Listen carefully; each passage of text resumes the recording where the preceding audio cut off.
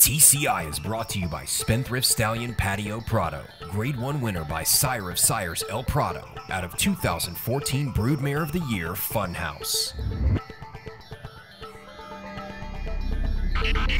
Welcome back to TCI, your inside track to the Triple Crown. Alongside Joel Cunningham, I'm John Siegel. Well, Joel, all the final Derby preps are in the books, and now we have a really good picture of what this year's Kentucky Derby is going to look like with the key contenders. But Joel, we have to talk about the Arkansas Derby real quick, and we have to talk about American Pharoah.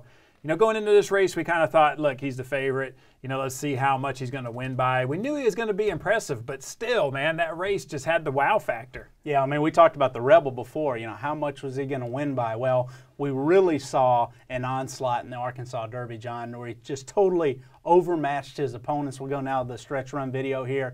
And what I liked about it is, you know, the Tis Wonderful colt that was coming from Maryland made the lead. We talked about him being quick. Yep.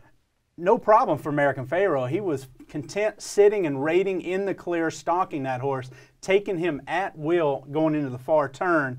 And you see Victor here maybe is nudging him a couple times, but really he's doing this on his own and just putting on a show here. Again, I don't think he beat a great field in here, but the individual performance, you see the brakes being put on here the last 50, 100 yards or so here. This horse runs a 105 buyer, not really even running the last 50 to 100 yards, never saw a whip. Dominant performance here. You see there, no gallop out. I mean, he shuts it down there. I'd normally be a little concerned about that, but Bob Baffert, you don't question him. You know this horse is going to show up with his A race, and he's already at Churchill Downs, John. So I think you're looking now at the favorite for the Kentucky Derby. Well, you're looking at the favorite. You know, he's now on everybody's top 10 list. The question is, did he make it on top of the TCI top 10? Well, he's always been everybody's top 3. I mean, I think everybody has the same top 3, right? I mean, it's Dortmund, it's Carpe Diem, and it's American Pharoah. So let's go to our TCI top 10 brought to you by our friends at DRF Bets, and we'll have those same top 3. And I really debated on whether or not to move American Pharoah into that top spot.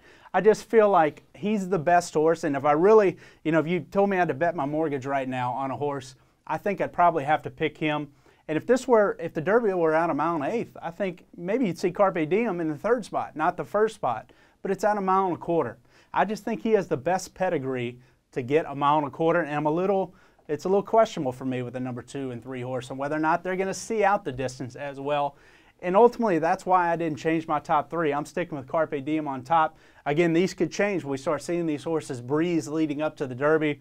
And how they're taken to the Churchill surface. Maybe some opinions will change there, but I'm basically sticking with that. Obviously, Prospect Park not going to the Derby. He's off now. Everybody moves up a spot. And I'm going to stick It's a Knockout in the 10th spot. You know, John, I could have gone a lot of directions there. Danzig Moon, some horses I think are good contenders. But again, I go back to classic distances. That's why Carpe Diem is number 1 for me. And that's why I'll stick It's a Knockout in there. I think he's a horse that could move up, getting onto a bigger racetrack and going a mile and a quarter. Well, we mentioned having a better picture of what the Derby field is going to look like. It's very interesting. I see Bolo in there at number 4. That's pretty high on the list, Joel, for a horse who's not even guaranteed to get in the Derby. You know, with all these points shaken out, I mean, he's on the fringe right now. He really is. It's a split decision by the owners. You know, some want to run, and, you know, maybe Mike Smith and trainer Carla Gaines, you know, they kind of think maybe this horse is better fit for the grass. I just think he's a good horse, and look, I get it. I mean, but look at Patio Prado and some of these horses that maybe were poly-track type horses or turf type horses. They handled Churchill Downs a mile and a quarter, those big turns. I think this colt is bred to handle a mile and a quarter.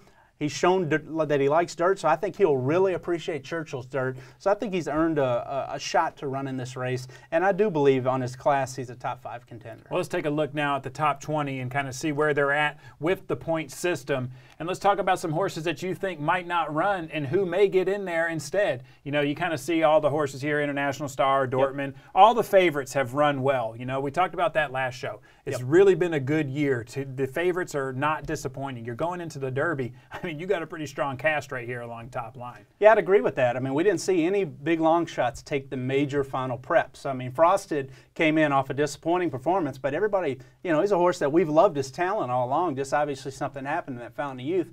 And so every horse, like mentioned, you know, really, you know, was able to take care of business, John, in final preps. An International Star, a horse that hasn't got a lot of respect, but all he's done is win all winter at Fairgrounds. So I do agree.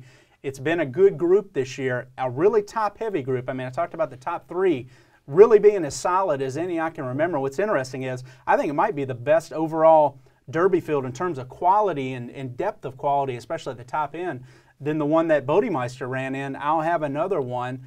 Obviously, Bodemeister is very similar. He was the favorite coming in off the Arkansas Derby romp, a front-running horse for Zayed Stables and Bob Baffert, and he did not get the mile and a quarter distance. American Pharoah is bred very similar. He's not by Empire Maker, but he's by Pioneer in the Nile, son of Empire Maker, and it's that Stormcat female family. Again, the brilliance on the bottom side, but not a ton of stamina. So it'd be interesting to see if American Pharoah can see the trip out, because I do think the race starts with him. All right, let's see the next screen if we could and just take a look here. And tell me some horses that you think may not run in here that would open it up for some other horses to come in, and who do you think will replace them? Yeah, I see a lot of confirmed horses. For me, I think Stanford's a horse that I haven't heard a lot about yet. Stone Street has one of the favorites in Carpe Diem. I don't know if Coolmore is really anxious to run this horse, to have a horse in the Derby. To me, is a horse that certainly hasn't won anything, even though he's, had some minor awards that have gotten him the points, being that he was the runner-up in the Louisiana Derby. Mr. Z's running for the coach. Ocho. I wasn't sure if he was going to run coming out of the Bluegrass, but now they are pointing for the race. He's a pace presence that could disrupt American Pharoah in theory, inject some speed into the Derby. Bolo, as we said, he gets in right now. Are they going to run him?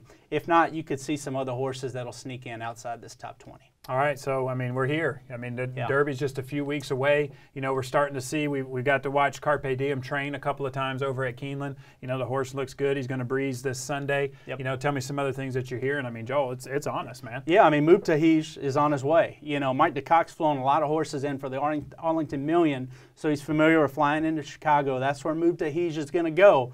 He's going to have to clear quarantine there. He'll van down to Churchill Downs, obviously. We'll get hopefully a good eye on him, because I think he's a top 5 horse for us. He's an outsider in here that is a very live outsider that a lot of people don't know much about other than that one performance. Anxious to see him and anxious to really see a lot of these horses and see if anybody that maybe is on the fringe right now, looks like they're blossoming, could take that step forward, similar to what I'll Have Another did, and some of those horses we've talked about that really blossomed this time of year and turned into top Derby horses. All right, thank you, Joel, and thank you guys for watching. Make sure you come back next week. We'll start giving you our first impressions of the Derby horses here at Churchill Downs.